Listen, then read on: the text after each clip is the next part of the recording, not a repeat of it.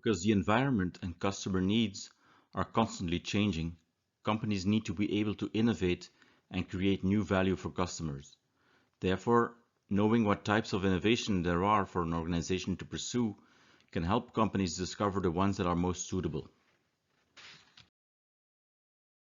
Innovation can be categorized in many ways, and some of those categorizations are more or less overlapping. One way to categorize innovation is to classify it based on two dimensions: the technology it uses and the market it operates in. We can use the innovation matrix to visualize the most common types of innovation. Most innovations are incremental, gradual and continuous improvements in the current products or services in existing markets. Incremental innovations are just a little better than the previous version of the product or service and has only slight variations of an existing product formulation or service delivery method. What's convenient about incremental innovation is that it's often easy to sell because you don't need to explain the key principles of your product or service. People are already familiar with the way it works. A possible downside is that incremental innovations do not necessarily make a huge impact because they're often just slightly better than what's already out there. Disruptive innovation refers to a concept, product, or service that either disrupts an existing market or creates a completely new market segment. In practice, disruption happens when traditional value drivers in an existing market are significantly changed. Typically, a new player enters an existing market with new technology or business model, or a combination of these two, providing new kind of value that differs from the incumbent's offering. Sustaining innovation is the opposite of disruptive innovation, as it exists in the current market and instead of creating new value networks, it improves and grows the existing ones by satisfying the needs of a customer. Radical innovation is rare, as it has similar characteristics to disruptive innovation, but is different in a way that it simultaneously uses revolutionary technology and a new business model. Radical innovation solves global problems and addresses needs in completely new ways than what we're used to, and even provides solutions to needs and problems we didn't know we had, completely transforming the market or even the entire economy. Although radical innovations are rare, they have become more and more common in the recent past. Because radical innovation is so different from what people are used to, it does usually face significant resistance at first. These types of innovations typically require a lot of time and technological development before they're ready for the mainstream markets. However, when executed successfully, it often means the beginning of a new era that affects many sectors and geographies. Disruptive innovation is a concept introduced by Professor Christensen, first in an HBR article and later in his book called Innovator's Dilemma. Disruptive innovation is a theory that refers to a concept, product, or service that creates a new value network either by entering an existing market or by creating a completely new market.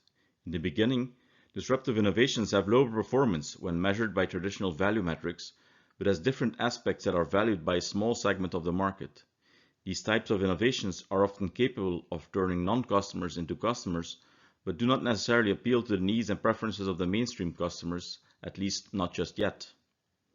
What makes disruptive innovation difficult is that established firms often fail to adjust to the new competition because they're too focused on optimizing the existing offering or business model that has proven to be successful in the market so far.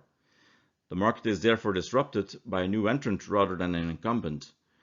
This phenomenon called innovator's dilemma is actually quite logical because the existing market is often bigger and the margins are better. Disruptive innovation is where traditional business models fail and requires new capabilities. Again, although the risks are big, there's a huge potential if everything goes right. Once the incumbents realize that new disruptive innovations are used by the mainstream, it is often too late for them to catch up despite the amount of resources they have at their disposal. At this point, new entrants are already delivering an alternative solution that require new capabilities that traditional companies don't necessarily have, eventually adding things that the mainstream customers want. However, many innovations are often overhyped in the short term and underestimated in the long run, which can often make identifying real sources of disruption even more difficult. Although disruptive innovations eventually end up replacing old ones, it can take much longer than anticipated for this to happen. Both sustaining and disruptive innovation can either be incremental or radical. Incremental innovation is the kind that builds gradually, step by step, whereas radical moves forward through much larger leaps.